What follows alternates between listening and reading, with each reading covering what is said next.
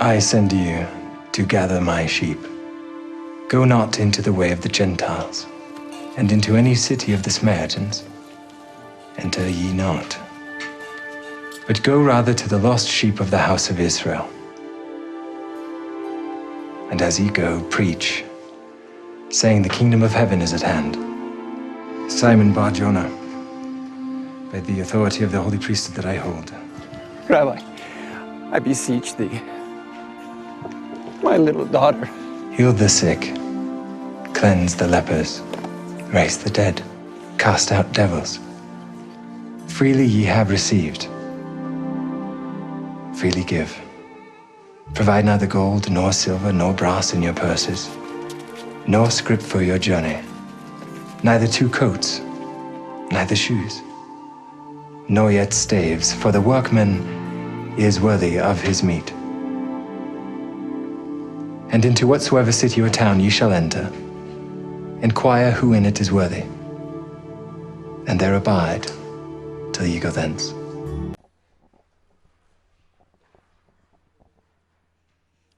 Si vous avez une Bible, je vais lire dans l'Évangile selon Jean, au chapitre 8.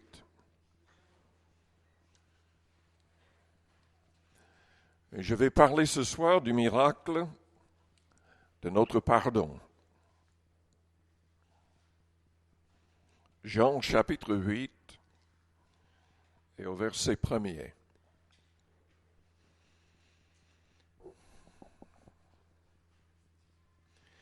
Jésus se rendit à la montagne des Oliviers, mais dès le matin, il alla de nouveau dans le temple et tout le peuple vint à lui. S'étant assis, il les enseignait. Alors les scribes et les pharisiens amenèrent une femme surprise en adultère, et la plaçant au milieu du peuple, et ils dirent à Jésus, « Maître, cette femme a été surprise en flagrant délit d'adultère. Moïse, dans la loi, nous a ordonné de lapider de telles femmes. Toi donc, que dis-tu » Il disait cela pour l'éprouver, afin de pouvoir l'accuser. Mais Jésus, s'étant baissé, écrivait avec le doigt sur la terre. Comme il continuait à l'interroger, il se releva et leur dit, « Que celui de vous qui est sans péché jette le premier la pierre contre elle. » Et s'étant de nouveau baissé, il écrivait sur la terre. Quand ils entendirent cela, accusés par leur conscience, ils se retirèrent un à un, depuis les plus âgés jusqu'au dernier, et Jésus resta seul avec la femme qui était là au milieu. Alors, s'étant relevé, et ne voyant plus que la femme, Jésus lui dit, « Femme, où sont ceux qui t'accusaient? Personne ne t'a-t-il condamné? » Elle répondit, « Non, Seigneur. » Et Jésus lui dit, « Je ne te condamne pas non plus. Va et ne pêche plus. » Père Céleste, nous te louons, nous te bénissons ce soir pour cette histoire, pour ta parole.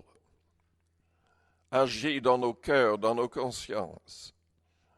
Par ton esprit, parle à chaque personne. Seigneur, sauve toute personne inconvertie. Guéris toute personne malade. Délivre toute personne opprimée par l'adversaire. Purifie-nous, sanctifie-nous. Que notre foi grandisse ce soir. Au nom de Jésus. Amen. Vous pouvez vous asseoir.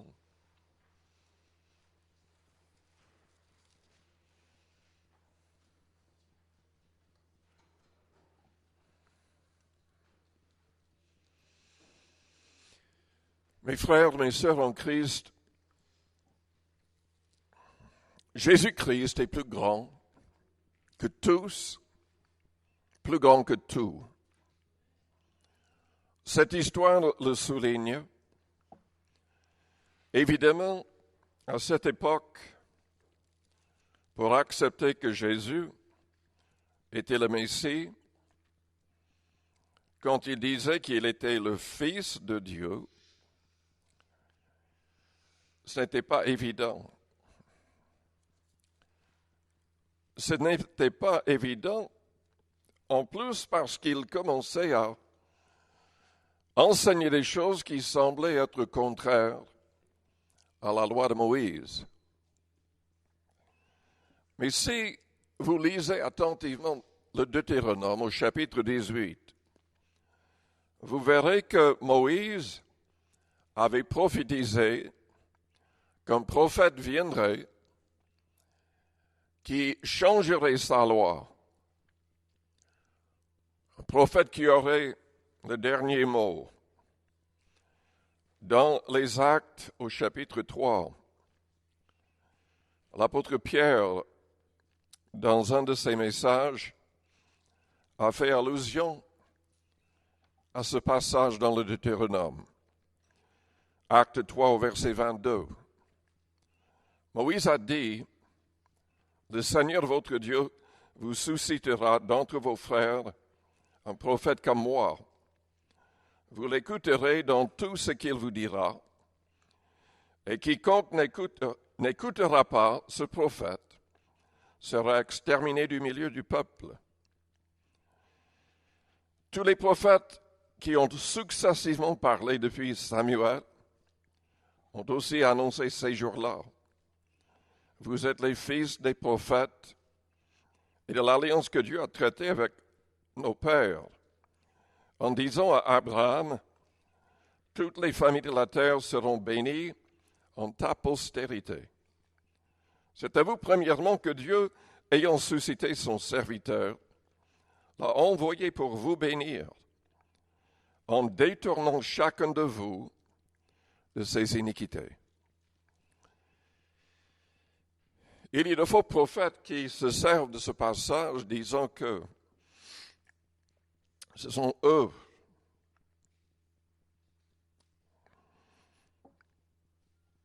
qui correspondent à ce passage. Mais en fait, non, Jésus est le dernier prophète, le dernier grand prophète, qui est beaucoup plus qu'un prophète.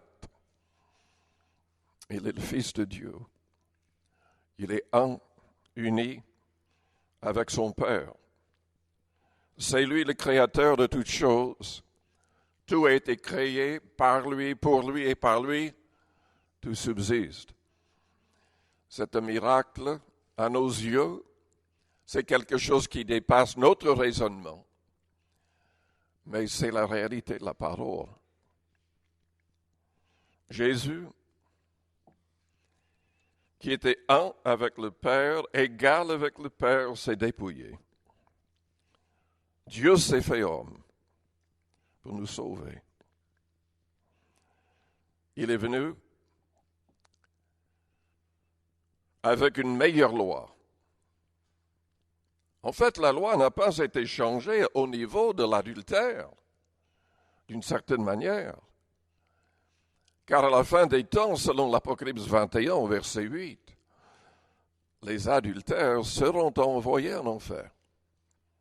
Les adultères non repentants, comme tous les menteurs. Il y a toute une liste de péchés mentionnés. Mais sous la loi de Moïse, si on avait commis certaines choses, il n'y avait pas de pardon. En tout cas, au niveau de la vie. La vie a été ôtée à la personne coupable. Jésus, dans cette histoire, n'a pas condamné la femme. Vous savez, nous servons un Dieu merveilleux, un sauveur merveilleux. Je suis tellement reconnaissant d'être dans le contexte du christianisme. À force de parler avec des gens dans d'autres religions, je suis vraiment reconnaissant. Vraiment reconnaissant. Jésus-Christ n'est pas venu avec une nouvelle loi pour nous condamner. Il est venu avec l'Esprit pour nous transformer, pour que nous ayons envie de plaire au Père. Dans Jean 3, au verset 16, que vous connaissez très bien, il a dit, « Car Dieu a tant aimé le monde qu'il a donné son Fils unique, afin que quiconque croit en lui ne périsse point, mais qu'il ait la vie éternelle. » Mais le verset après dit, « Car Dieu en effet n'a pas envoyé son Fils dans le monde pour qu'il juge le monde, mais pour que le monde soit sauvé par lui. » Il est vrai que selon Jean 5, au verset 22, tout jugement a été confié au Fils. Dieu le Père ne va pas juger. C'est Jésus qui va juger, les vivants et les morts. Mais quand il en parle de ce moment-là, il dit, mais je ne vais pas juger, c'est ma parole qui va juger. Il ne veut pas, il n'a pas envie d'envoyer qui que ce soit en enfer. Il est venu nous sauver, nous pardonner. À notre époque, dans beaucoup d'endroits dans le monde, il y a énormément de femmes qui sont toujours lapidées si elles font l'erreur de commettre un adultère, même parfois le simple fait d'être soupçonnées de cela, et elles peuvent être lapidées. Mais Jésus, il pardonnait.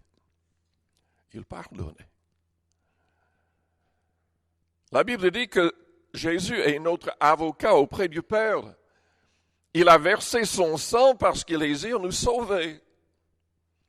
Lui qui était sans péché, il s'est donné. Il a accepté notre punition. Et vous savez, il veut nous transformer en son image. Il veut nous donner la capacité d'aimer comme il nous a aimés. Il veut nous délivrer de ce désir maléfique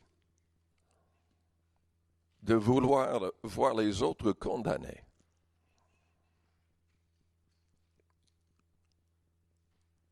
Le diable nous pousse à juger les autres, à vouloir que nos ennemis soient jugés.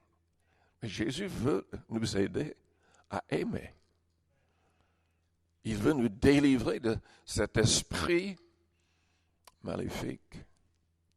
Le diable voudrait anéantir l'humanité tout entière.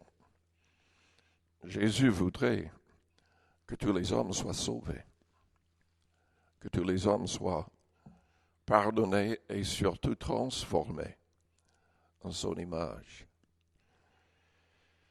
Je vous demande ce soir, est-ce qu'il y a dans votre cœur de l'amertume contre quelqu'un, de la haine contre quelqu'un qui vous a fait du mal? Jésus ne veut pas qu'il y ait la moindre chose dans nos cœurs de cette sorte. Il y a, quand j'étais jeune, très jeune à l'église, un évangéliste est passé, il était assez âgé. Humbard était son nom. Son fils était avec lui aussi. Son fils est devenu le premier pasteur à passer à la télévision. Et le Seigneur lui a donné beaucoup d'âmes. Il avait une église avec 8000 membres dans les années 50, 60. Mais son père était le prédicateur pendant une semaine de mission. Et il a raconté certaines de ses histoires en tant que jeune évangéliste. En fait, il était dans une famille d'alcooliques. C'était à une époque vraiment sauvage. C'est avant les voitures, avec les pistolets et tout le reste. Vraiment des villes sauvages. Il s'est converti, mais il était le seul converti dans la famille.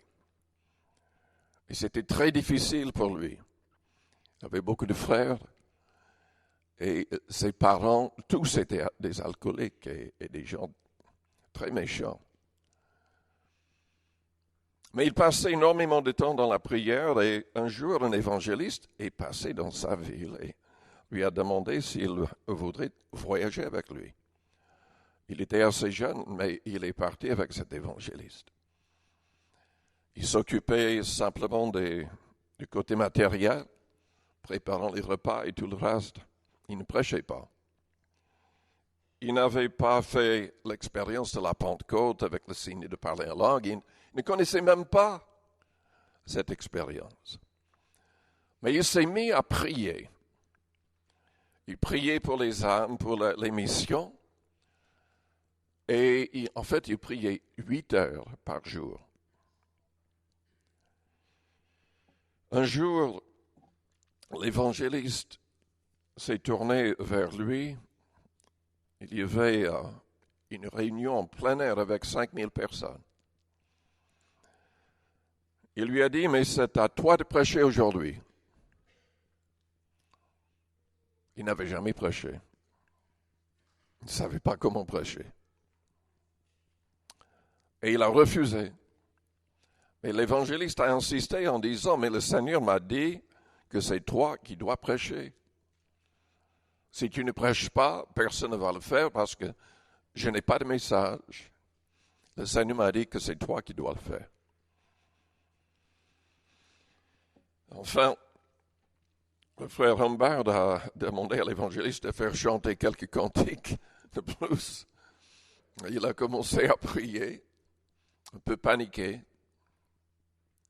Mais finalement, il s'est levé. Quand il a ouvert sa bouche, il était saisi par le Saint-Esprit. Pour la première fois de sa vie, il a commencé à prêcher, mais ce n'était pas dans sa langue. C'était dans une nouvelle langue. Pendant 20 minutes, il a parlé en langue. À la fin, 500 personnes se sont levées, sont venues vers le devant, accepter Jésus comme Seigneur et Sauveur personnel. Ils ne connaissaient pas un seul mot d'allemand, mais pendant 20 minutes, le Saint-Esprit avait prêché au travers de lui en allemand. Et les 500 personnes qui sont venues comprenaient cette langue. Mais dans une autre ville, les responsables de la ville ne voulaient pas qu'il prêche. Tout était basé sur les excès d'alcool. Enfin, si vous avez vu les films de l'époque, c'était vraiment sauvage. Beaucoup d'ivrognerie.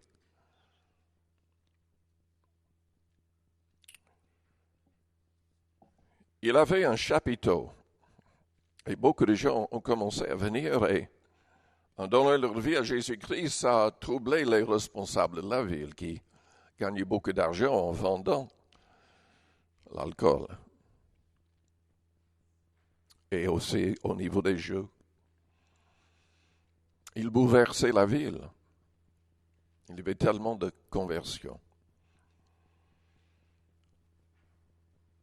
Ces responsables étaient un peu ivres un soir et ont décidé ensemble qu'ils allaient régler le problème en se débarrassant de ce prédicateur. Donc, ils ont attendu que tout le monde soit parti après une réunion. Ils l'ont attrapé. Ils sont allés dans les bois. Et là, ils l'ont ligoté et ils ont commencé à le flageller. Ses chaussures se sont remplies de sang. Quelque chose de magnifique s'est passé quand même. Parce qu'il y avait une petite fille qui s'est convertie dans la réunion. En fait, c'était elle qui est partie en dernier. Et elle a vu de loin ce groupe d'hommes qui avait saisi ce prédicateur. Et elle est allée avertir son père qui était athée. Il a demandé à une foule d'hommes de venir pour délivrer le prédicateur. Mais il ne savait pas où aller. Évidemment, beaucoup de gens vont dire, mais enfin, il imaginait la chose, mais en fait, toute la foule ont vu deux anges qui les ont dirigés vers l'endroit où se trouvait le prédicateur. En venant, faisant du bruit, ceux qui étaient responsables, qui voulaient carrément le tuer, mais ils voulaient le torturer un peu avant.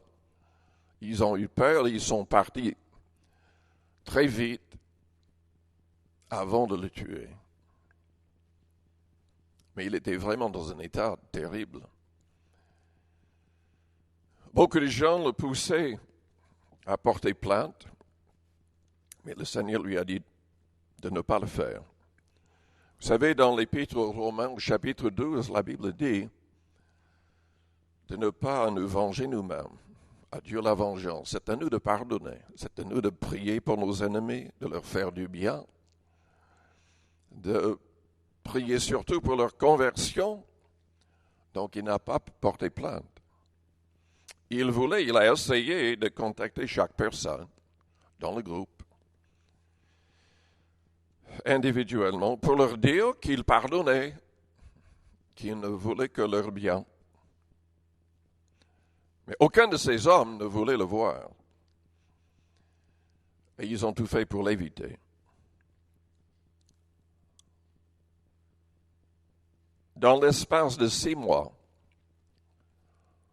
tous ces hommes sont morts. Certains, un homme s'est noyé, un autre qui travaillait avec les trains, il a glissé au moment où les wagons s'accouplaient et sa tête était là, écrasée. Tous ont trouvé la mort, à part un dernier que le Seigneur a laissé en vie, apparemment, pour qu'il avertisse d'autres. Mais chaque membre de sa famille est tombé dans un état de folie.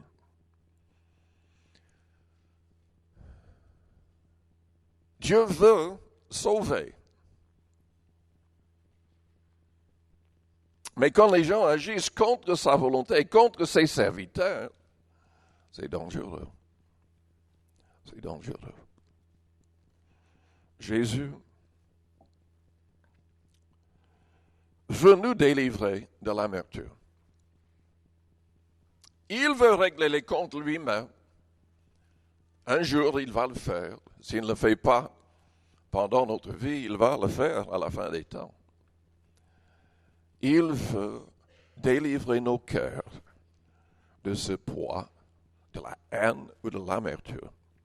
Il veut nous donner la capacité de pardonner, d'aimer. Évidemment, ça ne va pas être facile à la fin des temps. Ça n'a jamais été facile tout au long de l'histoire pour beaucoup de chrétiens. Il y a énormément de chrétiens qui sont en train d'être persécutés à l'heure actuelle. Beaucoup de personnes trouvent la mort. Mais Jésus avait prophétisé cela.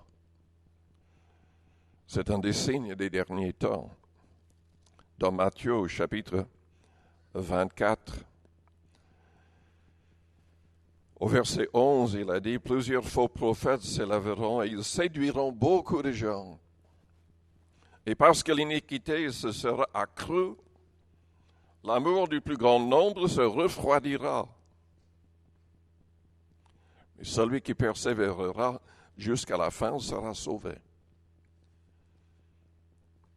Dieu désire, il demande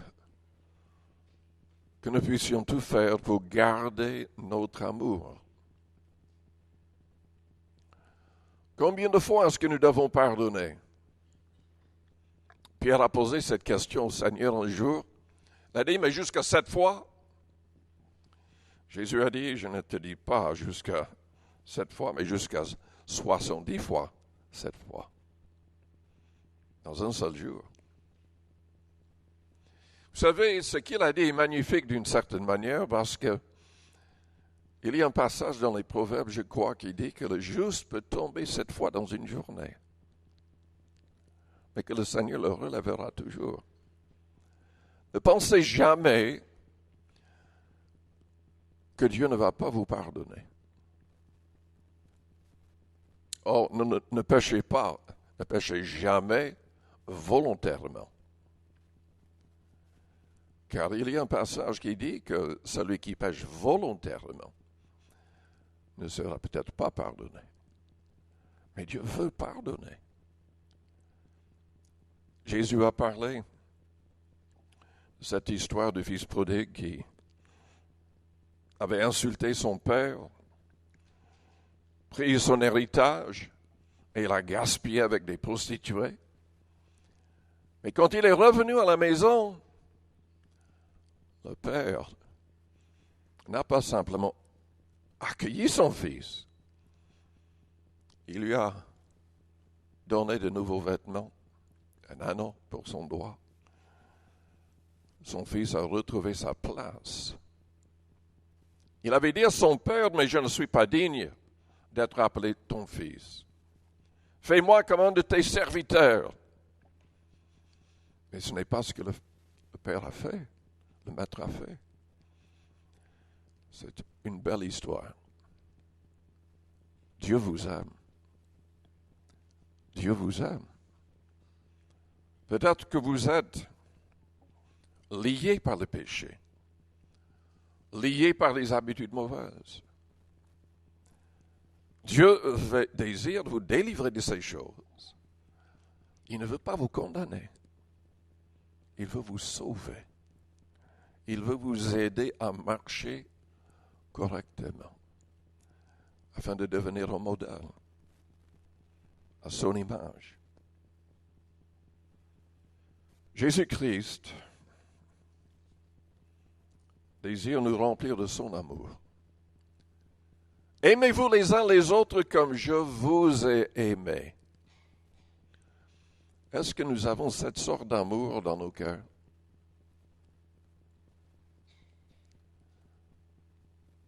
Est-ce que vous avez cette sorte d'amour dans votre cœur? Lisons dans Corinthiens 13 un instant. 1 Corinthiens chapitre 13. Un chapitre qui parle de l'amour divin, de la sorte d'amour que le Père désire que nous ayons dans nos cœurs. Au verset 4, l'amour est patient, il est plein de bonté, l'amour n'est point envieux, l'amour ne se vante point, il ne s'enfle point d'orgueil, il ne fait rien de malhonnête, il ne cherche point son intérêt, il ne s'irrite point, il ne soupçonne point le mal, il ne se réjouit point de l'injustice, mais il se réjouit de la vérité. Il excuse tout, il croit tout, il espère tout, il supporte tout. L'amour ne périt jamais.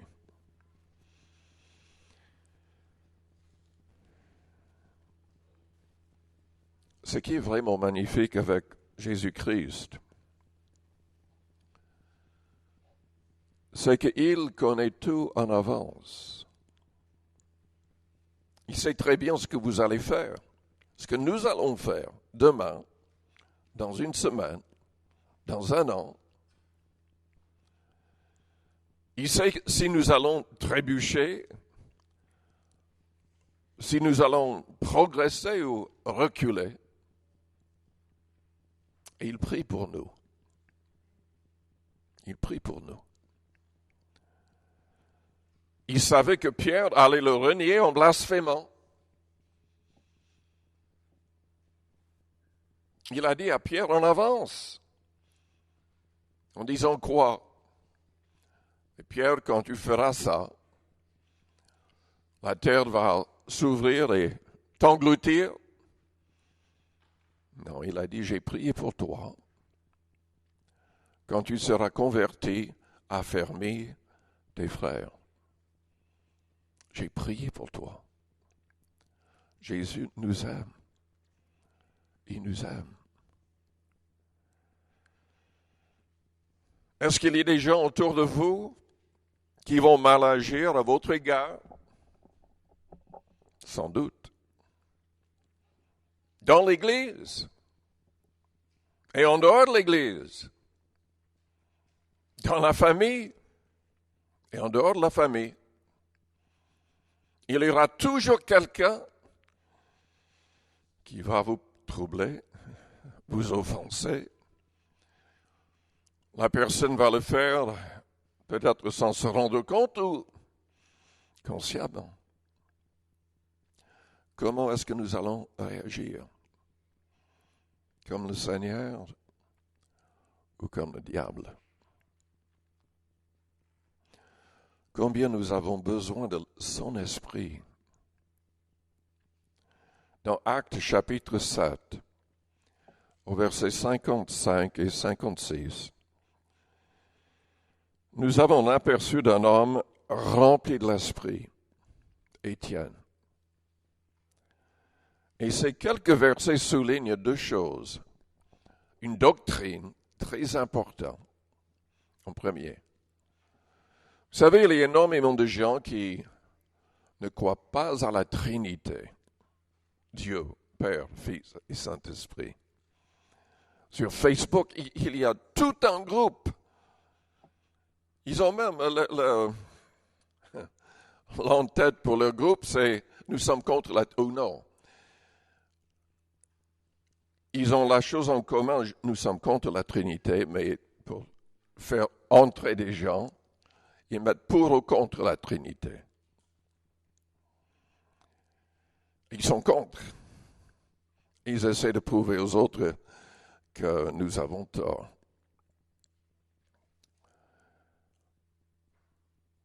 Mais dans Actes 7, au verset 55 et 56, peu importe ce que vous avez comme idée à l'égard de la Trinité, c'est clair qu'il y a trois personnes.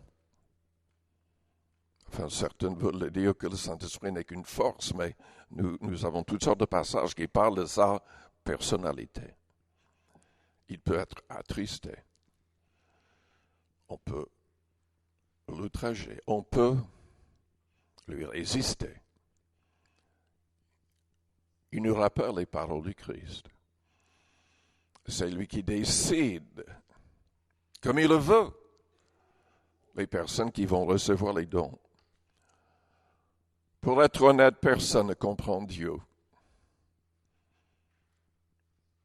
Comment est-ce que le Saint-Esprit peut agir dans tous les chrétiens?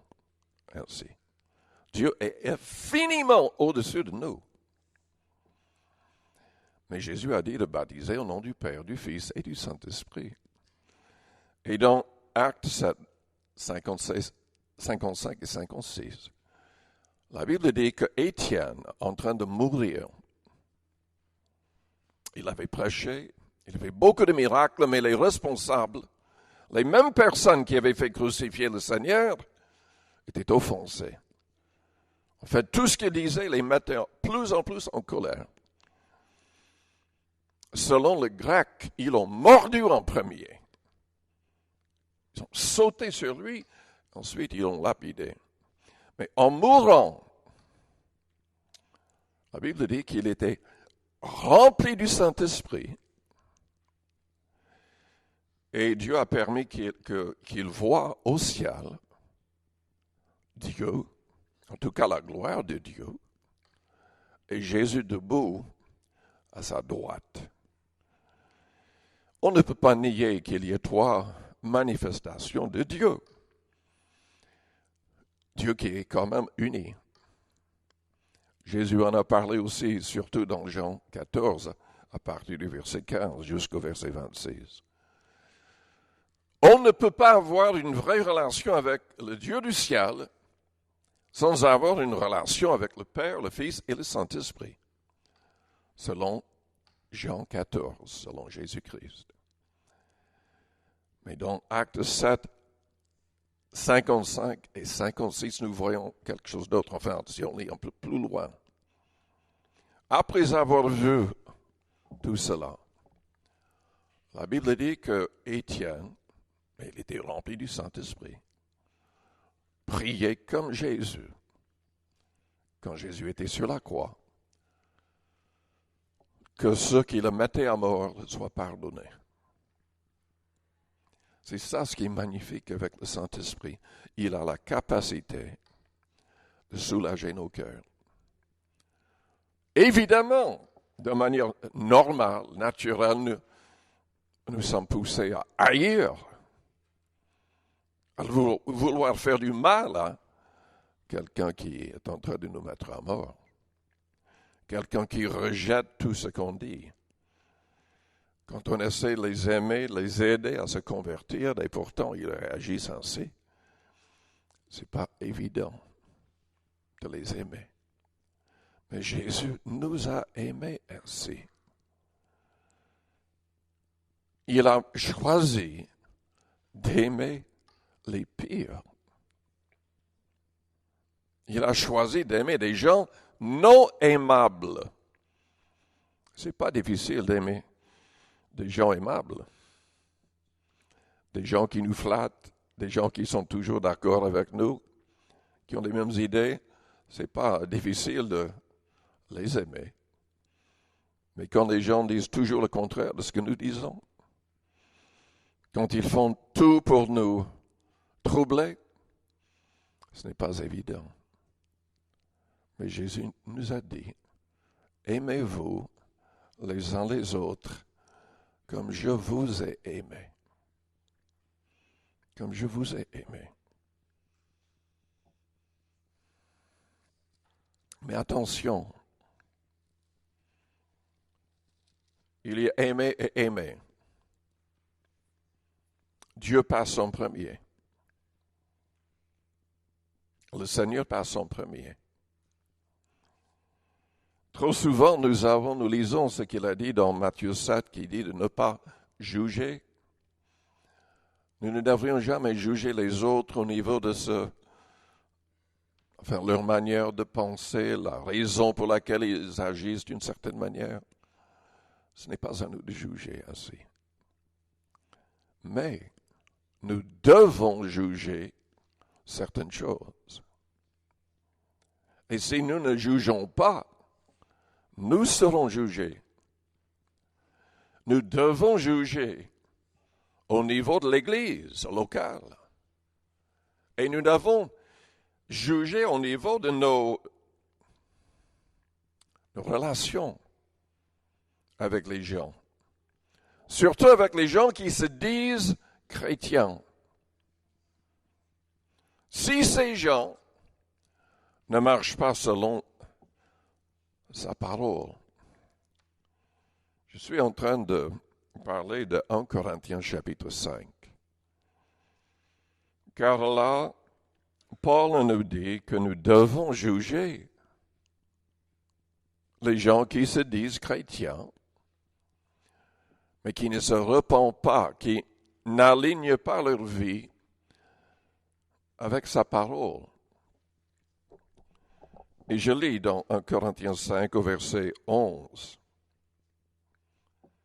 Maintenant, ce que je vous ai écrit, c'est de ne pas avoir des relations avec quelqu'un qui, se nommant frère, est impudique, c'est-à-dire immoral, ou cupide, malhonnêtes dans les affaires, trop poussés vers l'argent, ou idolâtres,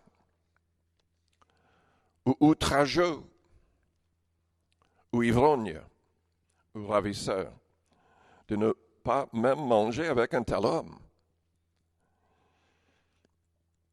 Paul ne disait pas dans ce chapitre d'éviter les inconvertis du monde. Il parlait des gens se disant frères. Et c'est évident que nous devons quand même éviter certains hommes inconvertis qui peuvent nous faire tomber, qui peuvent nous souiller. Mais nous devrions toujours être prêts à aller leur parler du Seigneur. Nous devrions être prêts à parler avec tous dans ce sens. Et nous devrions toujours être prêts à aider et à bénir, oui, même nos ennemis, les pires des hommes. Mais quand il s'agit de gens qui se disent chrétiens et ne vivent pas selon ces règles, nous devons les juger. Humblement, nous devons les pousser à la repentance. Le verset 12 dit « Qu'ai-je j'en ai fait à juger ceux du dehors ?» Ce n'est pas à nous de juger les gens du dehors, inconvertis. N'est-ce pas ceux du dedans que vous avez à juger? Pour ceux du dehors, Dieu les juge. Ôtez le méchant du milieu de vous. Pourquoi est-ce que j'en parle? Parce que trop souvent, les gens qui racontent cette histoire de cette femme prise en flagrant délit d'adultère, enfin, je dis trop souvent, en tout cas parfois, ils prêchent un évangile qui n'est pas biblique. Tout est pour eux grâce. Il n'y a pas de changement de vie. Ils sont poussés à confesser leurs péchés, mais en fait, ils n'abandonnent jamais leurs péchés. Ils ne changent pas de vie. Jésus a dit, « Je ne te condamne pas non plus, va et ne pêche plus. » Va et ne pêche plus. C'est ça le but. C'est ça que Dieu désire accomplir dans nos vies, que nous soyons délivrés du pouvoir du péché. Mais si vous avez une faiblesse, n'abandonnez jamais le Seigneur. Parfois, c'est long pour avoir une pleine victoire. Mais n'abandonnez jamais le Seigneur. Il ne va pas vous abandonner, il ne va pas vous juger, il veut vous aider à être victorieux. Amen. Je vous invite à fermer vos yeux, à courber vos fronts, avec les yeux fermés, les fronts courbés. Je vous demande ce soir, est-ce que vous avez besoin de prière parce que vous luttez contre quelque chose? Peut-être que le problème, c'est au niveau de votre cœur. Vous n'arrivez pas à pardonner. Vous n'arrivez pas à aimer. Vous n'arrivez pas à chasser la colère qui est en vous par rapport à quelqu'un, par rapport à une situation. Quand on garde la colère, quand on se laisse pousser par l'adversaire, dans le mauvais sens, ça produit très souvent des maladies. Évidemment, c'est lié à la dépression. C'est lié à beaucoup de problèmes. Jésus désire que nous soyons libres. Libres. Qu'on soit remplis de joie, de sa justice, de son esprit, de son amour. Pendant que les yeux restent fermés, si vous avez besoin de prière, faites-moi signe en élevant votre main. Je voudrais prier pour vous. Merci. Avec plusieurs personnes. Merci. Je vous invite tous à vous lever. Si vous voudriez la prière avec l'imposition des mains, je vous invite à venir vers le devant. Venez si vous avez élevé votre main. Venez si vous êtes malade. Si vous avez besoin de son aide à n'importe quel niveau. Jésus est capable. Venez. Faites-lui confiance. Élevez vos mains vers le ciel. Demandez qu'il vous pardonne si vous avez péché, qu'il vous donne la victoire sur toute habitude mauvaise, qu'il vous délivre de la colère, de la haine, de l'amertume, qu'il vous donne la capacité de pardonner et d'aimer, même vos ennemis.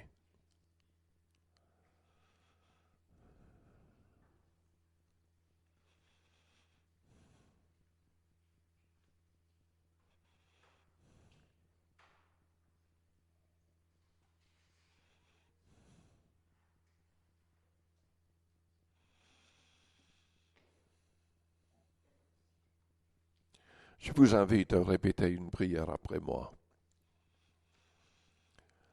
Père Céleste, j'ai besoin de toi. Je reconnais mes faiblesses, mon état de péché. Je désire que tu me pardonnes, mais surtout que tu me transformes. Enlève ce poids. Je confesse ma foi en Christ. Il s'est chargé de tous mes péchés. Il est mort pour mes péchés. Il a souffert aussi pour mes maladies. Père, tu l'as ressuscité le 3e jour. Il est monté en gloire afin que le Saint-Esprit vienne. J'ai besoin de ton esprit en moi. Change-moi à fond. Que je puisse recevoir cet amour divin. Rends-moi sensible à ta voix. Je veux te servir. Je veux te suivre. Au nom de Jésus. Étendez vos mains vers les personnes devant. Prions les uns pour les autres. Que les frères, les diacres, les frères dans le ministère qui sont là, viennent aussi. Élevez votre voix, ne restez pas dans le silence, tous ensemble. Adorons, louons le nom du Seigneur. Remercions-le en avance pour tout ce qu'il va faire.